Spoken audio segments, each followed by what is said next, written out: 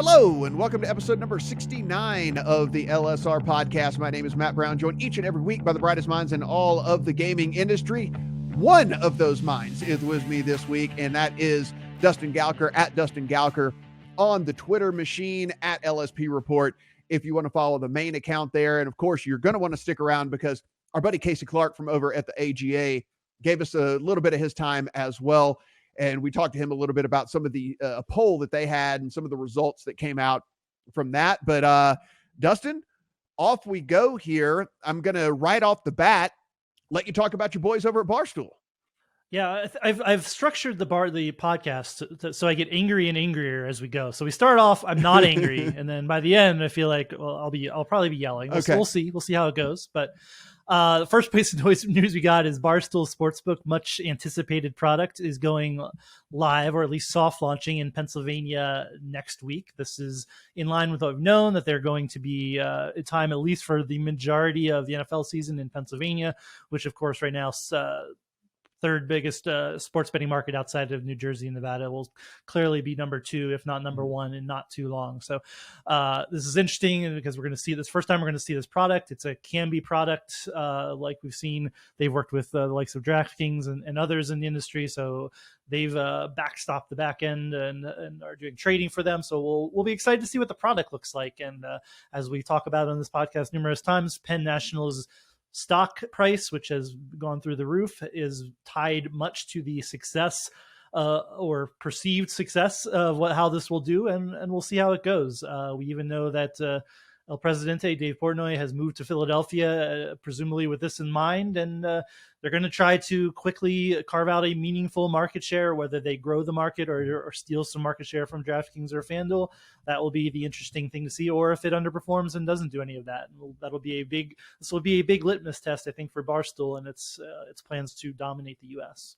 So I imagine whenever you kind of look at what you just said here, as far as the market goes, there might be some people out there who look at this and say, wait a minute, if they're going to be launching in Pennsylvania, why would you go about launching in Pennsylvania? But I think it kind of, once you start to add things up here, New Jersey is super saturated. Colorado, not near the potential that Pennsylvania has. Of course, there's all kinds of hurdles and things to happen if you want to get a gambling license and get involved in Nevada. So when you kind of look here, we don't know how long remote registration is going to be lasting up there in Illinois. So Pennsylvania pretty much made the most sense here. Yeah, absolutely. And Penn National obviously has Penn in its name, so that's part of it too. They have a retail sports book at their casino in the middle of the state, but and an online casino, but no online sports book yet. So it all kind of just made sense. I agree. New Jersey, trying to throw it into New Jersey when it's been around for a couple of years, everything's kind of situated. That's not that they can't break into New Jersey, but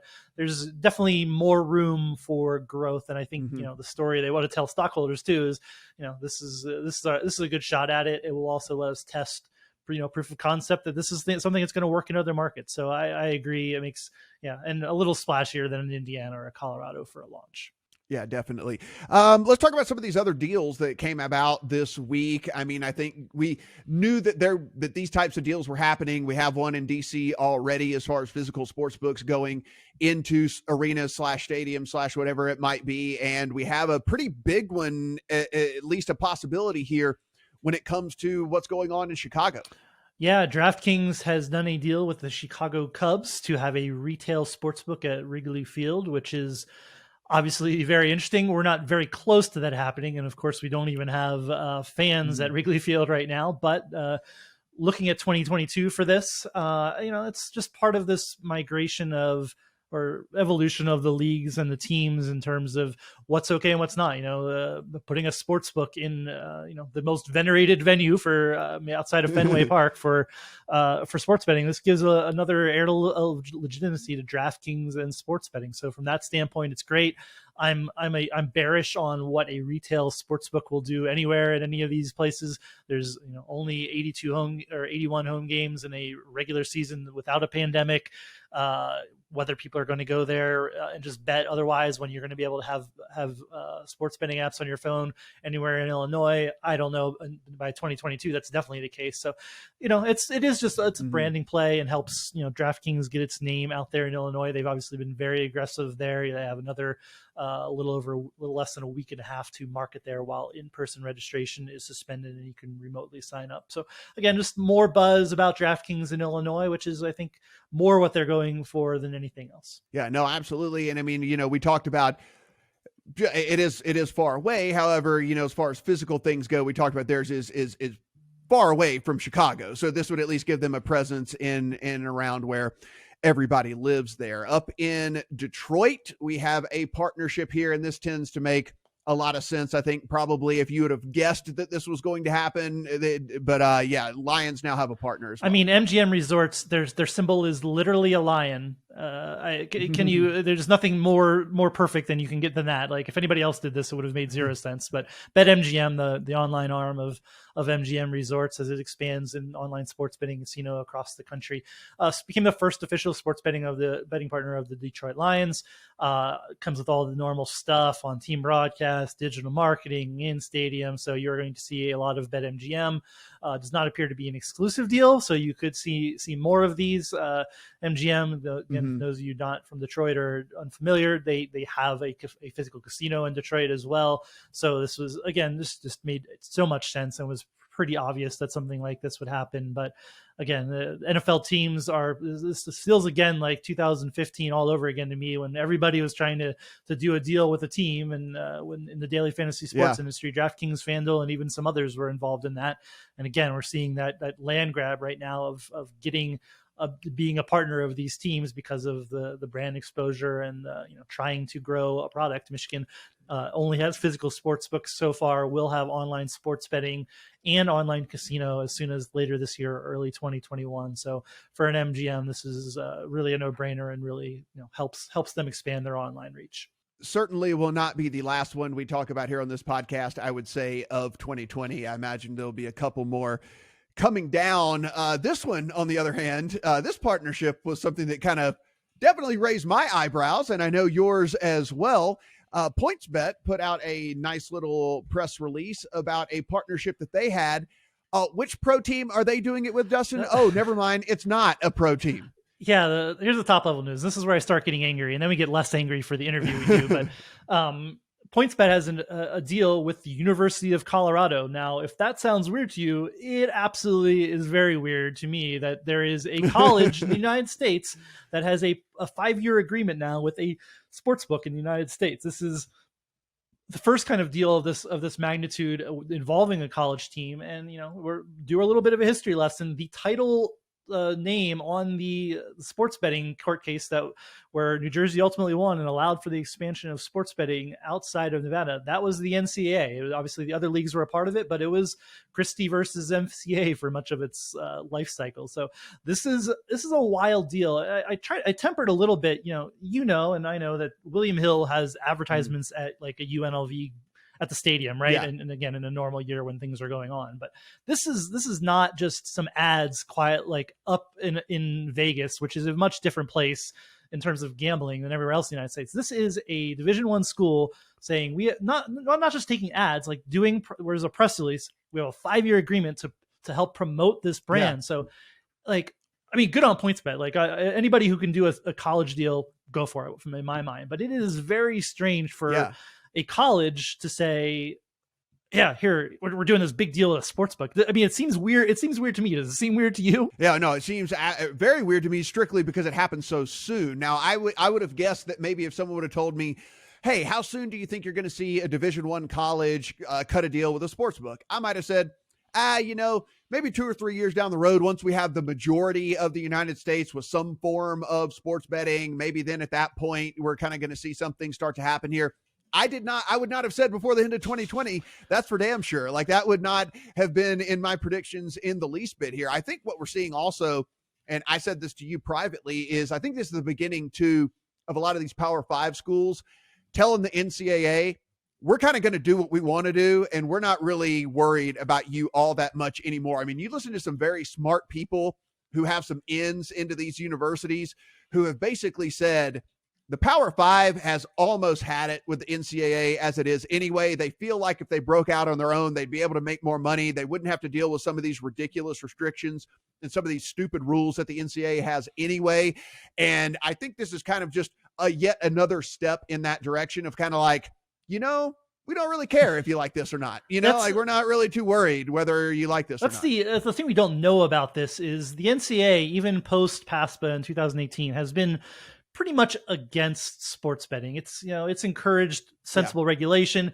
It is still advocating, as far as I know, for a ban on college sports betting. It did so at a congressional hearing just a couple of months ago, where the only testimony that related to the NCAA came from the athletic director of Pitt in Pennsylvania, and said, "Yeah, we want a sports betting ban." She was in theory doing that on behalf of the NCAA, and again, nothing's changed that I know from the NCAA, so they are still advocating for that. So, was this done with the NCAA's blessing? That seems hard to believe. So, as I posited, is this done with like a behind the back middle finger to the NCAA, like, hey, we're going to do what we want, get on board or not? But I think it forces their hand a little bit. You're like, you can't go around saying sports betting is evil, and you have a member university saying, here, we're doing a deal with PointsBet for 5 years. Deal with it. Like I think it also talks about the inefficacy of the NCAA. This is their policy as an organization, and unless something's changed behind the scenes that we don't know about, that's possible. But this is the University of Colorado going out on its own and saying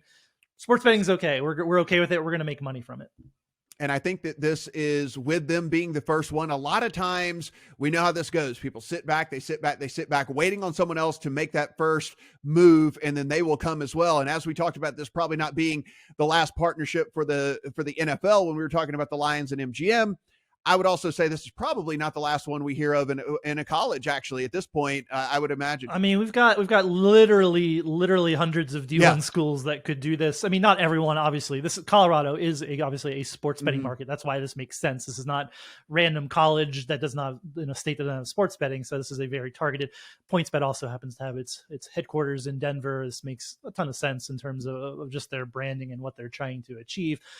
Part of it also is we're in the middle of the pandemic. This is a Pac-12 team. There is zero revenue coming into Colorado from the athletic department. This is, I don't know how much money this is, but it is not a non-zero amount of money. So that's the kind of thing, like if you're a school where there's money issues and you're not selling tickets and not getting any TV money, like why not say, hey, PointsBet wants to pay us for a 5-year agreement. First year might be a wash. Maybe we'll have college football in the spring. Maybe we'll have college basketball, but this is money coming in. It's not the money is not going to pay all the bills, but it is money coming in that has some sort of impact for the athletic department. As we mentioned at the top of the show, guys, we were able to talk to Casey Clark of the AGA about some information that they put out. And without further ado, here's Casey Clark.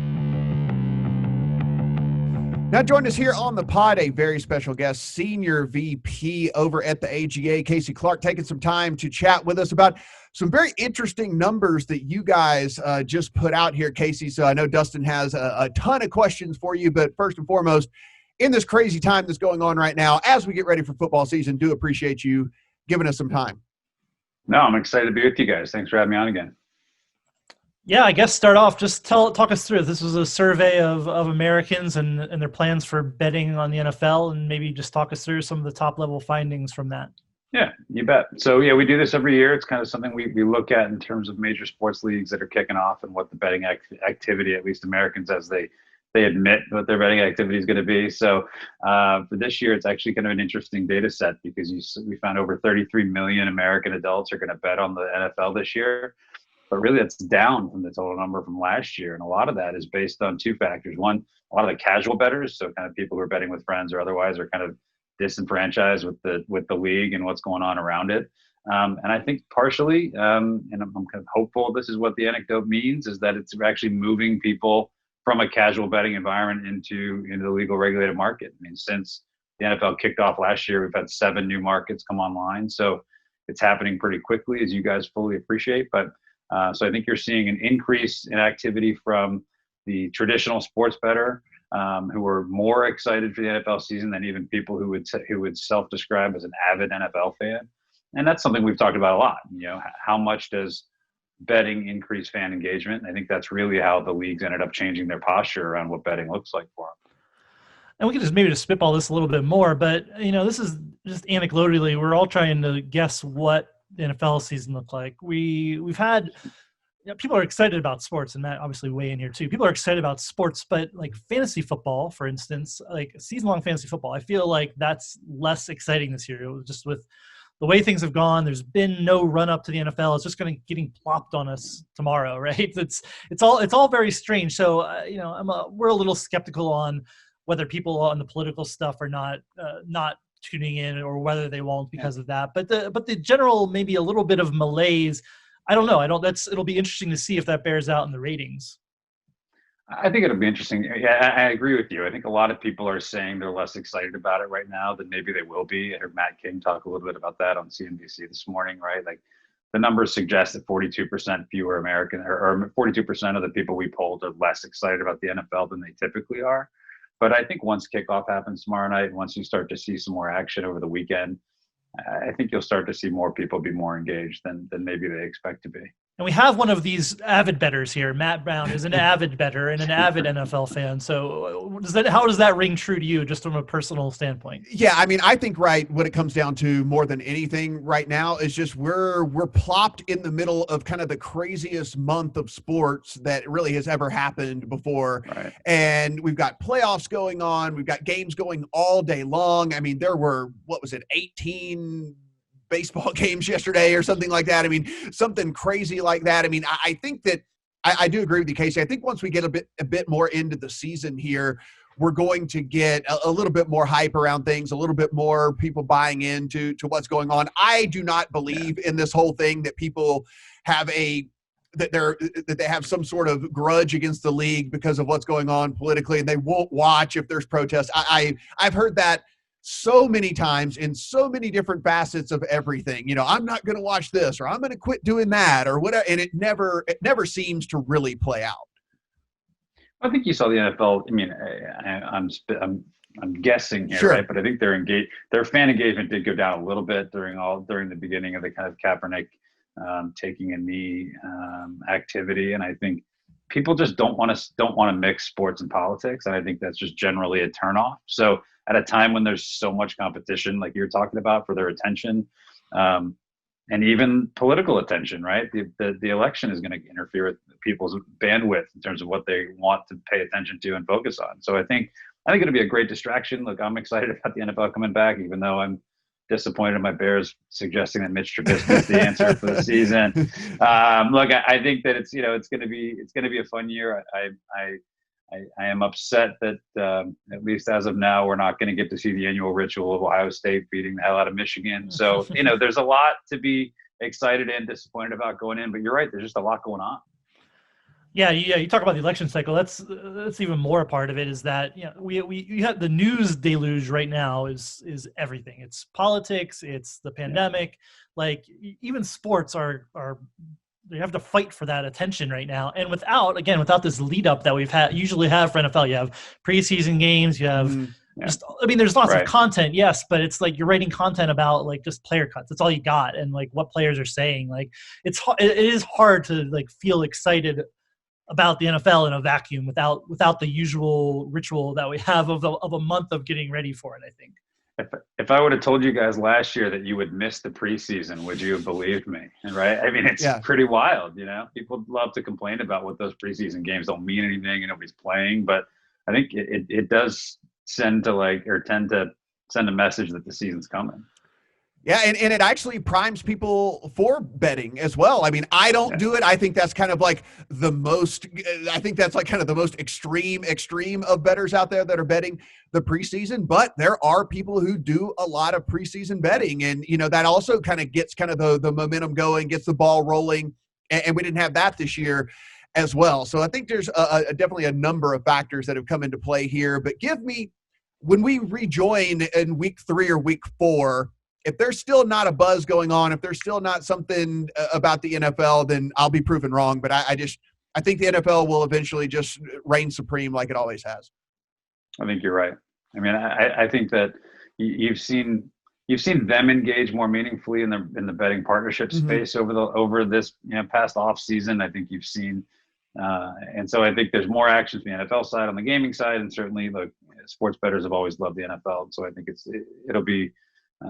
I think Americans in general love to watch football on Sundays. So I just would be surprised if there wasn't greater enthusiasm than even the reports say. The one point of data is really pretty interesting to me is the casual fan / better that you got here. You have 8.6 million will bet casually through pools, fantasy contests, fools, fantasy contests and squares. That's down from 11.8 million. 16.6 million will bet casually from friends, down from 20-ish million.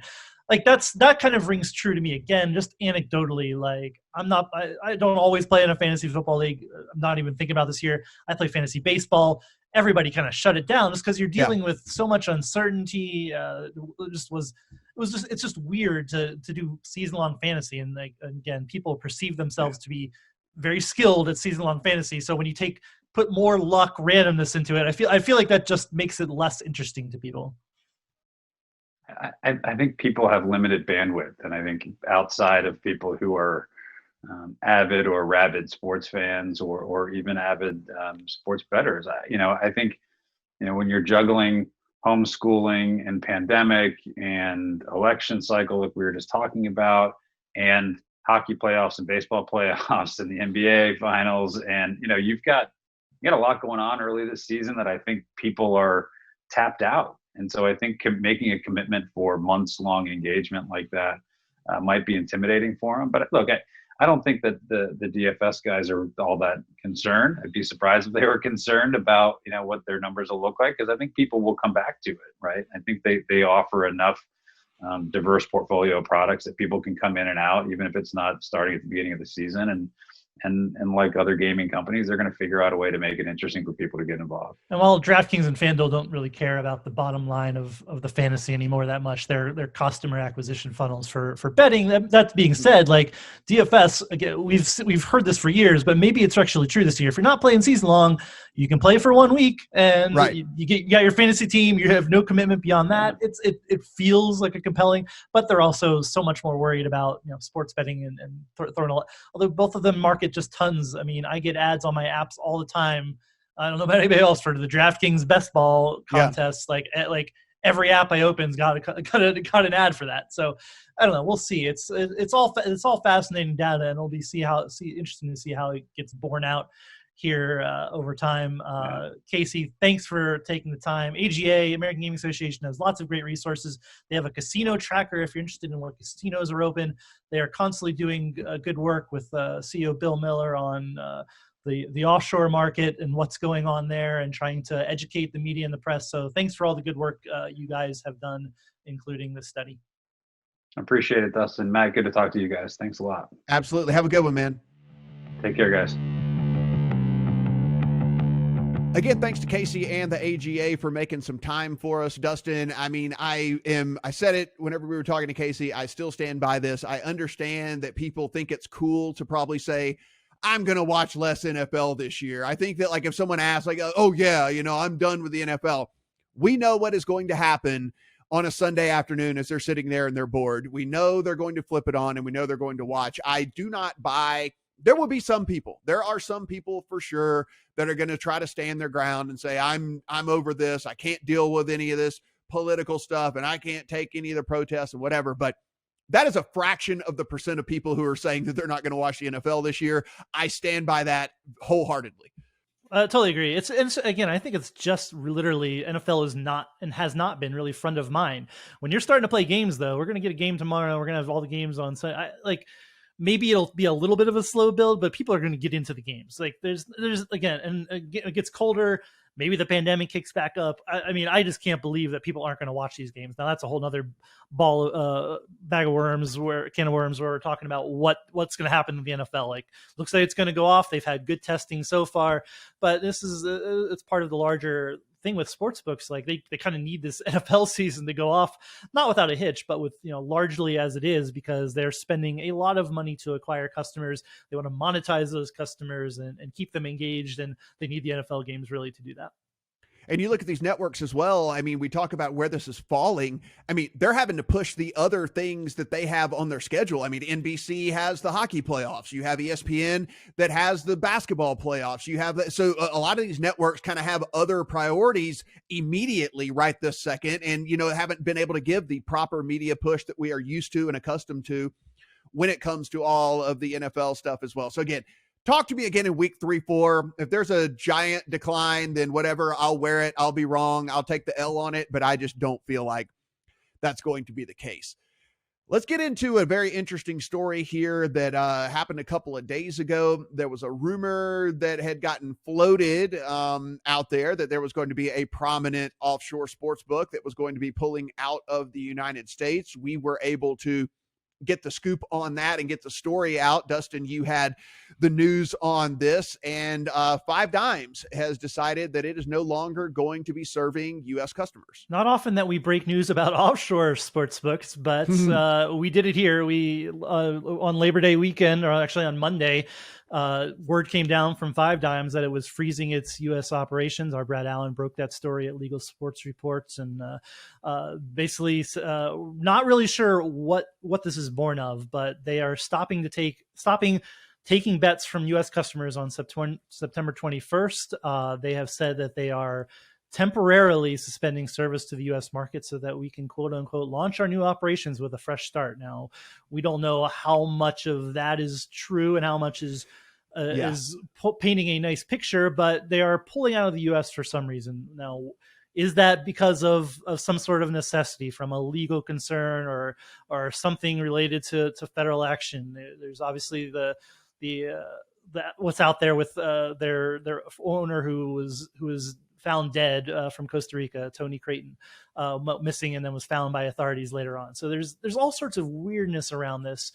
I look at this, I don't see like they kind of hint at coming to the U.S. as a regulated entity, and lots of people will like to tell you that the offshore sports books can do this, but I don't know if I buy that is the reason, other than maybe just a bit of a pipe dream because they have to leave the U.S. for some other reason. But it is fascinating, and it'll be interesting to see how this develops in the coming weeks. But yeah, very interesting that maybe not certainly not the biggest offshore sports book, but one that a lot of people will at least recognize is no longer serving the U.S.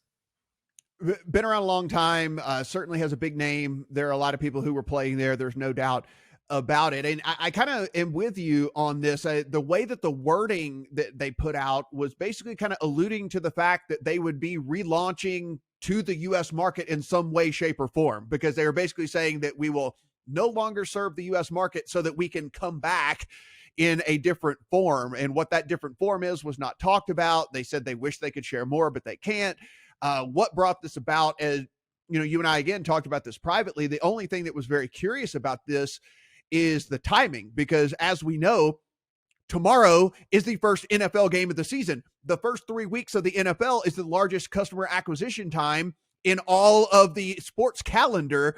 And we have waiting until the Labor Day before the first game of the year to say that you're not going to be taking U.S. customers anymore seemed pretty curious, which does lead me to believe, like, were they forced to do this in some way, shape, or form? Did they get hint of some sort of something maybe coming down later on and they want to get out ahead of it? I don't know. We're all speculating here because there's no further information out there, but this is certainly a story we're going to follow, because it just seems very, very odd that you would just choose on your own to pull out right before NFL starts. I mean, if anything, even if you made this decision because you have some sort of change of heart as to how you want to go about business practices, maybe you do that like week 8, right? Like go ahead and get like half the season under your belt. I mean, let's pretend you and I run an offshore sportsbook. Let's pick the worst time to shut down our U.S. operations. That would be probably right. Monday, or the day of the NFL starting would be even worse. Like you cannot literally pick a worse time. I mean, it's different right now with the pandemic, obviously, but this is the bread and butter of both legal and offshore sportsbooks. You would not choose on purpose to say, well, NFL starts three days. Let's cut off most of our customer base right now. Like that makes zero sense from just a logistical and business standpoint. So that's what leads you to believe that there is some need to get out of the U.S. market. And again, it sounds more aspirational than like a reality that there is. Like, here's the actual quote: "With the evolving legal landscape of the United States, we want to take advantage of the opportunity to offer an improved online sports betting experience to our many U.S. customers. In order to do this, we must suspend temporarily our service of the U.S. market so that we can launch our new operations with a fresh start." Now, again, you wouldn't do that at the beginning of NFL season. You would do it like maybe back in March or April when there was nothing going on. If this was your plan long term, you'd start doing it then, or you'd even wait till the end of NFL season. So it makes me think there's something happening behind the scenes that we do not yet know of, at least on the record. And I would not be shocked to see some sort of something legal or a settlement coming out of this, maybe not before the end of September, but in the near future. I think this presages something else going on with Five Dimes and its legality. Now, one of the things we should point out here, this isn't kind of one of those situations of these shady sports books back in the day where it was kind of like you woke up one morning and they were just gone. Apparently the funds are safe from everything that we've heard, from everything that we know.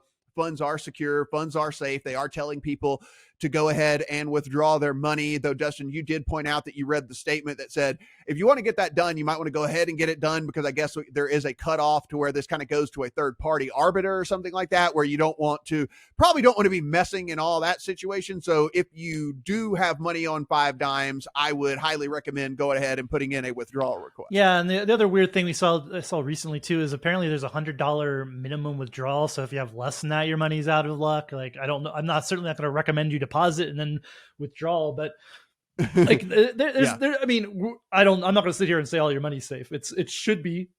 They've at least been upfront about this. We even heard from Five Dimes PR for like an external firm who's doing PR for Five Dimes. So they're trying to do this in an organized fashion. Whether it ends up being an organized fashion, I don't know. But there's the other part of this is like, how much are they quote unquote really going out of the U.S. market? There are already there's stuff out there saying they're just moving people to a skin now, something that uses the underlying software, the same lines, and they're just telling, hey, we'll move your bets over there, we'll move your account over there, you can just keep on betting. Like, so that's another reason why I'm kind of like, if that's the case, there's already this evidence out there of this taking place. Like, they're not really like, and how many of these customers are trying to transition, I don't know, but there are some of them, and they are not being quiet about it.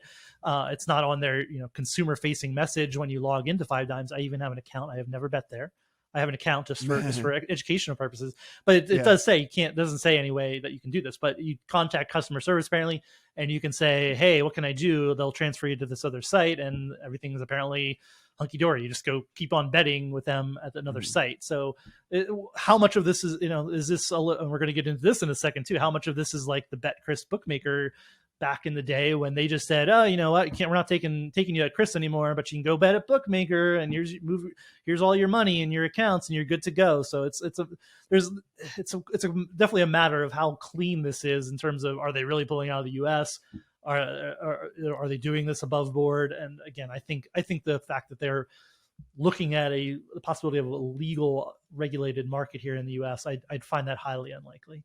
Yeah, I can't. It would be interesting to see like what state or what partner would ever kind of go that route when there's so many other options out there. It seems pretty, like you said, it seems pretty slim to none. That said, gets us to this story where we are talking about, we've had a couple of stories where we've talked about BetCris on here. Listen, by far largest sports book out there, by far the most influential sports book out there. No question about that. Been around for a very long time. If you want to talk about reputable and all that, never have I heard of any bad things coming out of that. So we will at least preface when we say this, because this announcement that comes does seem a little curious if you've been listening to our podcast when we talk about, the regulated and unregulated markets and whatnot.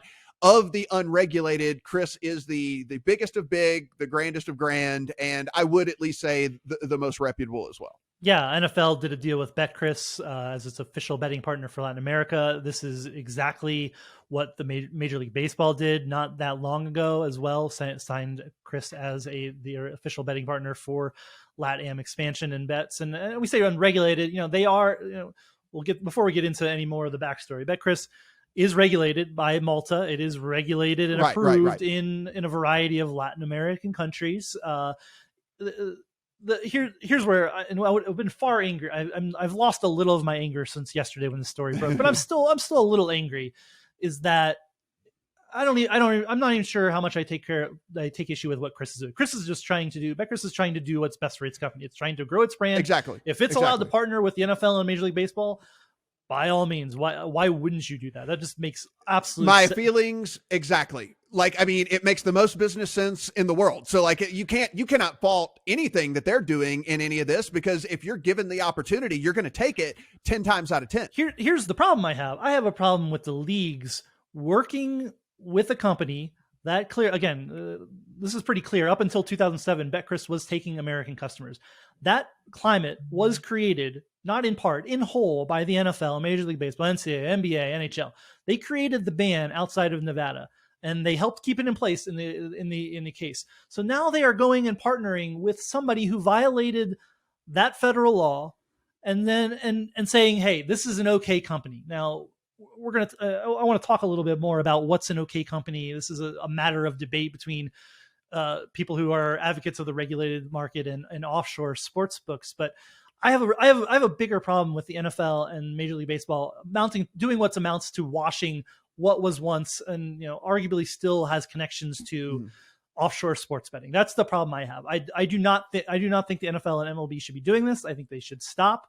They are not going to stop. I'm just a Yahoo on a podcast yelling at them, but to me, it's nonsense that the NFL and Major League Baseball helped create the climate where BetCris rose to prominence, and then they're turning around once everything's becoming regulated, legal in the United States, and helping them. Now, this is a Latin American deal, but don't mistake this for anything other than BetCris using this to help them position themselves for the United States. They believe they have a shot in getting into the United States, and I can't say that an NFL deal or an MLB deal is going to hurt that. That's going to only help them in terms of like regulatory, like regulators saying, hey, look, this company works with the NFL and me. What are we going to do? This is a good company now. Yeah. Devil's advocate is the leagues would say, well, hey, they're the biggest, most influential, so we want to work with the biggest and most influential. And I listen, I guess there is a little bit of merit to that when it comes down to it. But what you're saying is kind of the underlying thing here is that there is at the end of the day, no doubt that this company rose to prominence through a method that has been, deemed illegal for the longest amount of time. Now they did, pull out, like you said, a time ago, and the whole Chris and bookmaker relationship is pretty widely known amongst everyone else. But again, like, quote unquote, two separate companies and all that.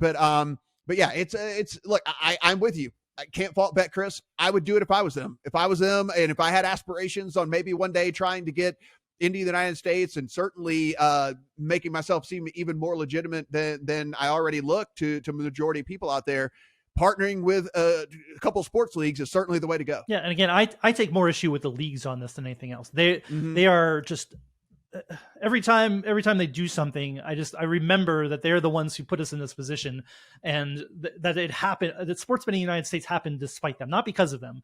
Again, Adam Silver, you can argue had played a role, but I mean, it was really the court case. The NBA did not pull out of that court case. They were still trying to keep the ban on the books. So if we had not gotten the decision we got in the Supreme Court, we'd still be in the same bind. So again, I take the issue with the NFL and MLB washing them. Now, we can get into, we kind of dance around this issue, but what's a gray sports book? What's an illegal sports book? Again, Chris, the fact is they were taking American customers prior to 2007. Is that long enough ago that they are quote unquote a clean operator? They've gotten licenses other places.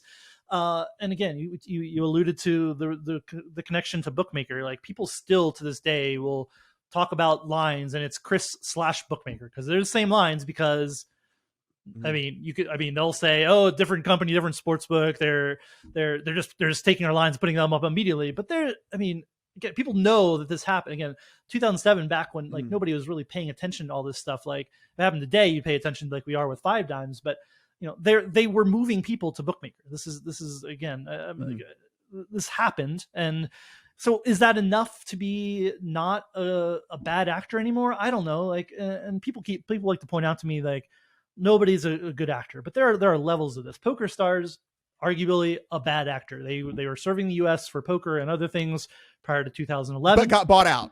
Yeah, they've been two different companies. But they changed ownership again. Right. Like that, and that's the argument. Yes, that's a totally different thing. Like, the Poker Stars brand has persisted, but it is not anywhere. It's now owned by Flutter, which is obviously a large, it's just they have the databases that they accumulated during all that time and things like that. There's a little bit of weirdness there, but it's to me, it's not even close to the same as this. And again, we always talk about sports betting. I think it's important to note all these companies and have casino operations too. This is not just sports betting. That's what gets the headlines, but everybody takes any type of online gambling you want to do, a BetCris or anybody will do. And they were doing that, back then too. So I don't sit here to claim to have the answer of what's a good actor and what's not. Like hell, PokerStars, you still can't play PokerStars in Nevada because Nevada deems PokerStars, despite those two sales, to be a bad actor. Right. Again, I keep coming back to BetCris rose because of the federal ban. They were taking American customers.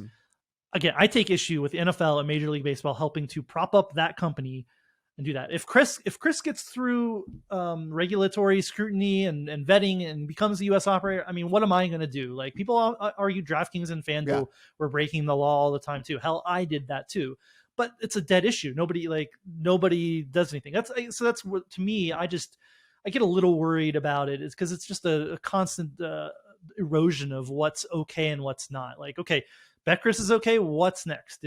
Can Bovada turn legit? We have, content sites that are doing the same thing. Like what's the line at which you can't be washed anymore? Maybe Chris is on the good side of that line and can be washed to a point where it can be regulated in the United States. Again, that's not my decision. It's going to be the decision of regulators in individual states on whether this is a good actor that, the transgressions of the past and, relationship or not with a bookmaker.eu or whatever. Is that a part of the past, or is that now? Okay, that's going to be a question apparently that people are going to have to answer, because it's going to come up. They're clear. This BetCris is not doing these deals in the NFL just for Latin America. It is doing this to get into the United States. Let's be clear about that. And again, it's going to help. You say, oh man, they partner with the NFL and Major League Baseball. This has got to be a good company. And they said they quote unquote did their due diligence. I guess due diligence means they were serving the U.S. They don't anymore, and that's okay now. And again, you go back to the pre-2018 days, like this company would have been the scourge of the NFL and Major League Baseball. That's the point I get. 2 years ago, this would not have been okay. Now we can make money. This is okay all of a sudden. It is. It's going to be interesting to watch, especially this 5-dime story. I'm very, very interested to see where this leads, because curious timing, curious wording, curious everything. So a lot to be kind of unpacked still in that. Again, all these stories that we talk about here on the pod, guys, are available over at LegalSportsReport.com. So please go ahead, check that out. We are on YouTube as well, if you're only getting the audio version of this. So go ahead, please subscribe to our YouTube channel. Be sure and you can click on that off of the website as well. And, of course, you can follow Dustin at Dustin Gowker, and I have no idea why you'd follow me, but if you want to, at Matt Brown M2. For Dustin, I'm Matt. Talk to you guys next week.